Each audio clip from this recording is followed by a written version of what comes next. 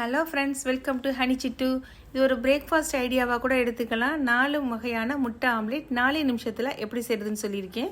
வாங்க என்னோடய ஸ்டைல் எப்படி செய்கிறதுன்னு பார்த்துடலாம். இதை செய்கிறதுக்கு 2 முட்டை எடுத்திருக்கேன். ஒரு பவுலில் 2 முட்டையை உடச்சி ஊற்றிடலாம்.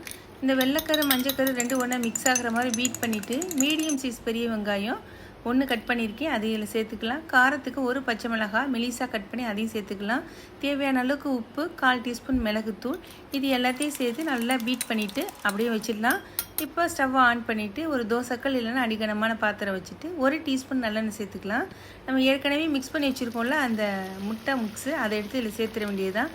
இது பேஸ் ஃபுல்லாக வர மாதிரி லைட்டாக ஸ்ப்ரெட் ஆக்கி விட்டுட்டு அப்படியே மூடி வச்சிடலாம். ஸ்டவ் மீடியம் ஃப்ளேம்லேயே இருக்கட்டும். இது ஃப்ளேவருக்காக நான் கசூரி மேத்தி சேர்த்துருக்கேன். இப்போ இது மூடி வச்சு கரெக்டாக 1 நிமிஷம் கழித்து நம்ம அப்படியே எடுத்து திருப்பி போட்டுற வேண்டியதான்.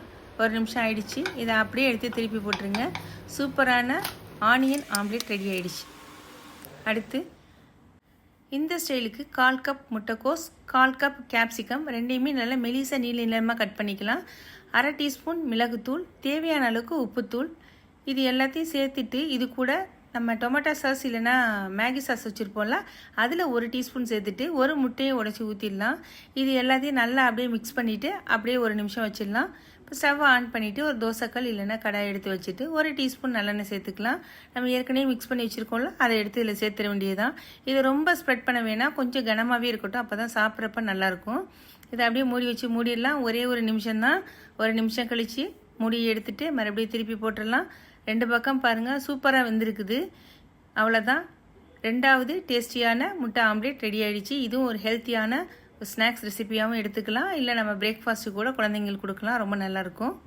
அடுத்து மீடியம் சைஸ் பெரிய வெங்காயம் பொடிசாக கட் பண்ணது 1, 1/4 கப்பு துருவின பீட்ரூட், 1/2 டீஸ்பூன் மிளகுத்தூள், 1/2 டீஸ்பூன் கசூரி மேத்தி, தேவையான அளவுக்கு உப்புத்தூள், இதோட 1 முட்டையை உடச்சி சேர்த்துக்கலாம். ஒரு கரண்டி வச்சு இது நல்லா ஒன்றோட ஒன்று எல்லாம் மிக்ஸ் ஆகிற மாதிரி நல்லா பரட்டி விட்டுடலாம். பரட்டி விட்டுட்டு அதை அப்படியே ஒரு 2-3 நிமிஷம் வச்சிடலாம். இப்போ ஸ்டவ்வை ஆன் பண்ணிவிட்டு ஒரு கடாய் இல்லைன்னா ஒரு தோசைக்கல் எடுத்து வச்சுட்டு 1 டீஸ்பூன் நல்லெண்ணெய் சேர்த்துக்கலாம். நம்ம ஏற்கனவே கலந்து வச்சுருக்கோம்ல அந்த பீட்ரூட் மிக்ஸ் எடுத்து அந்த சேர்த்துட வேண்டியதுதான். இதை நம்ம அதிகமாக பரப்பி விட வேணாம், நம்ம ஊற்றுன மாதிரி அப்படியே இருக்கட்டும். இதையும் 1 நிமிஷம் நம்ம மூடி வச்சு அப்படியே வேக வச்சிடலாம். வெந்ததுக்கப்புறம் திருப்பி போட்டு ஒரு 1 நிமிஷம் வேக வச்சிடலாம். அவ்வளோதான், சூப்பரான ஹெல்த்தியான குழந்தைங்களுக்கு ரொம்ப ரொம்ப பிடிச்ச பீட்ரூட் ஆம்லேட். கண்டிப்பாக நீங்கள் இதை ட்ரை பண்ணி பாருங்கள். அடுத்து 4th ஒன், இதுக்கு 2 முட்டை, 2 முட்டையை உடச்சி ஒரு பவுலில் சேர்த்துக்கலாம். இதோட மீடியம் சைஸ் பெரிய வெங்காயம் பொடிசாக கட் பண்ணி அதையும் சேர்த்துக்கலாம். மீடியம் சைஸ் தக்காளி 1 கட் பண்ணி பொடிசாக கட் பண்ணி அதையும் சேர்த்துக்கலாம்.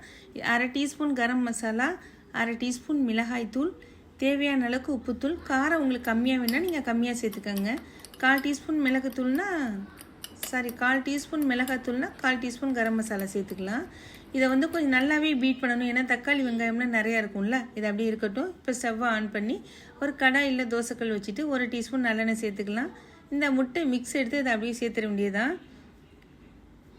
1 நிமிஷம் ஒரு மூடி போட்டு மூடி வச்சிடலாம், அப்படியே வேகட்டும். 1 நிமிஷம் கழித்து அதை அப்படியே திருப்பி இன்னொரு சைடு போட்டு அதே போல் கோல்டன் கலர் வந்த உடனே எடுத்துட வேண்டியது. அவ்வளோதான், சூப்பரான மசாலா ஆம்லேட் ரெடி ஆகிடுச்சு.